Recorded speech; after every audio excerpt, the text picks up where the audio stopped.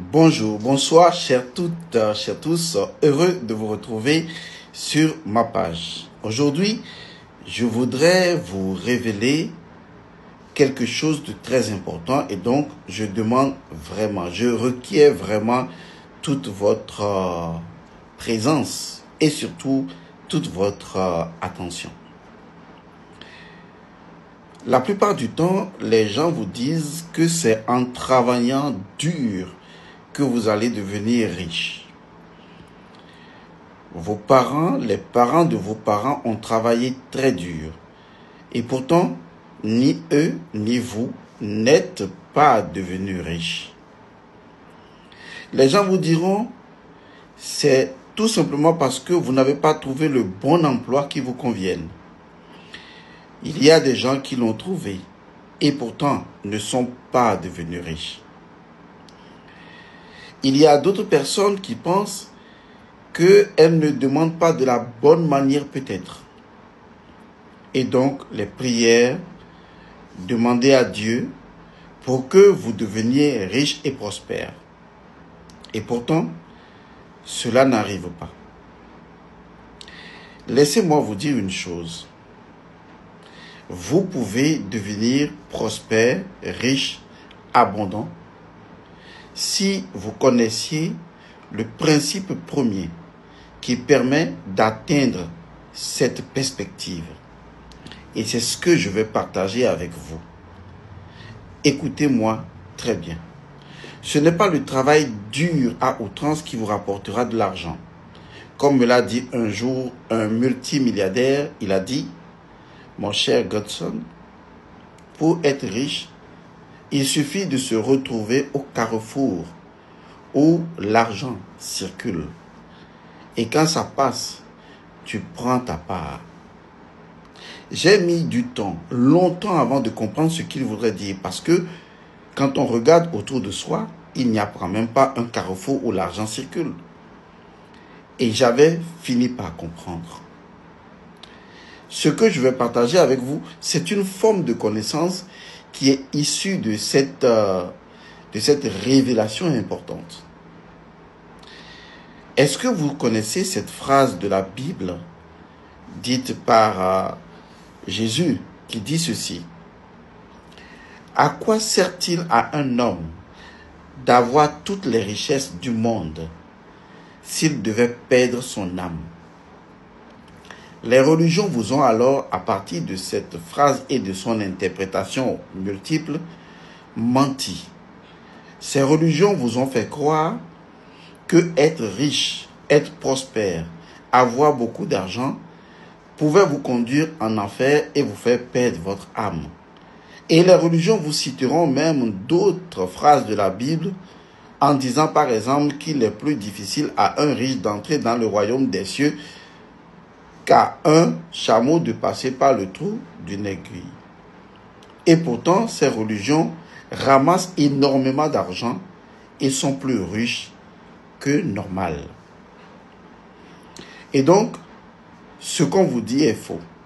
Mais je vais vous expliquer ce que signifie cette phrase. À quoi sert-il à un homme d'avoir toutes les richesses du monde s'il devait perdre son âme?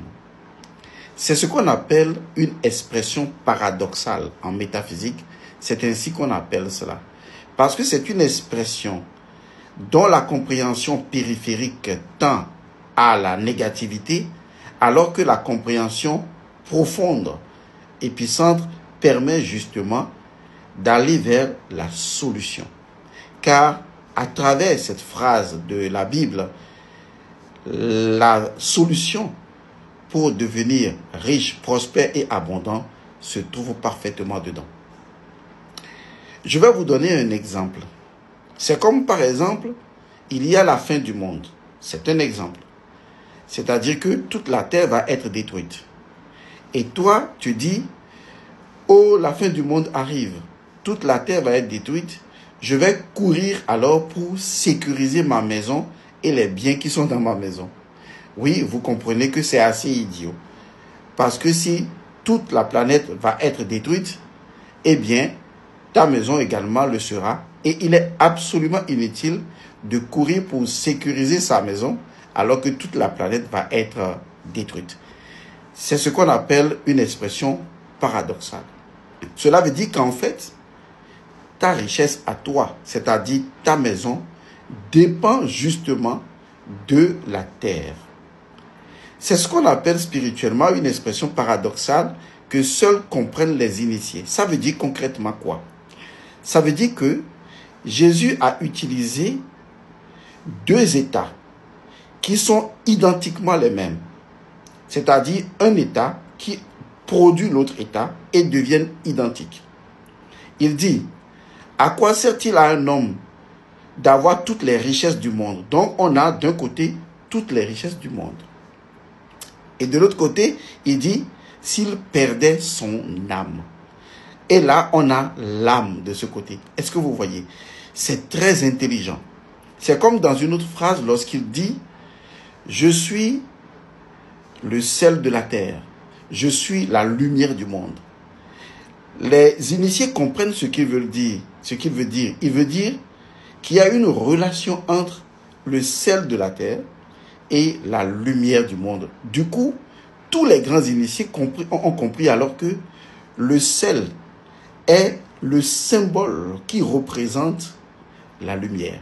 Et à partir de ce moment, les gens ont commencé à utiliser le sel pour se purifier, pour se protéger, parce que le sel, dans sa nature intrinsèque, incarne justement la lumière. C'est ce qu'on appelle une expression paradoxale. Une chose est elle-même dans sa symbolique.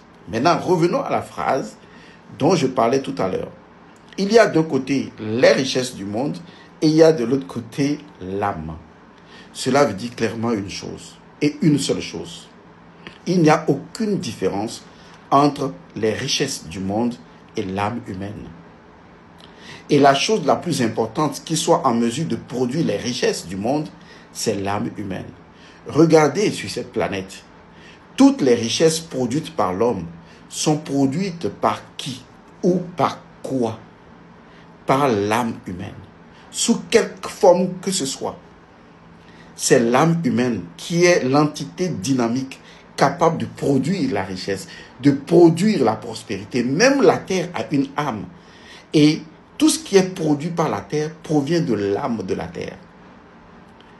Et une fois que vous comprenez qu'en fait, il y a de façon paradoxale cette relation intrinsèque entre les richesses du monde et les richesses en général et l'âme humaine, vous comprenez la vérité selon laquelle c'est l'âme humaine qui produit les richesses. C'est d'ailleurs pourquoi certaines personnes peuvent vous demander, oui, vous voulez que je vous fasse mystiquement devenir riche? La personne va utiliser votre âme pour aller signer des contrats et vous donner la richesse. Parce que votre âme est la seule entité capable de produire votre propre richesse. Oui, et c'est là que vous allez me demander, mais Monsieur Godson, oui, cette information nous sert finalement à quoi? Je vais vous dire ce à quoi cela vous sert. Vous devez immédiatement faire un contrat ou un pacte ou une alliance avec votre âme. Je vous assure, c'est formidable. Ne laissez personne faire un pacte avec quelque entité que ce soit à votre place.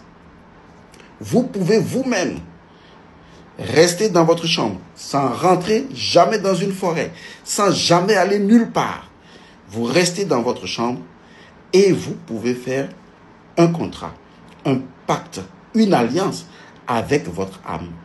Et vous verrez que quand votre âme va commencer la nuit, quand vous allez dormir, elle va voyager dans les mondes, dans les zones du monde astral et du monde physique où l'argent circule.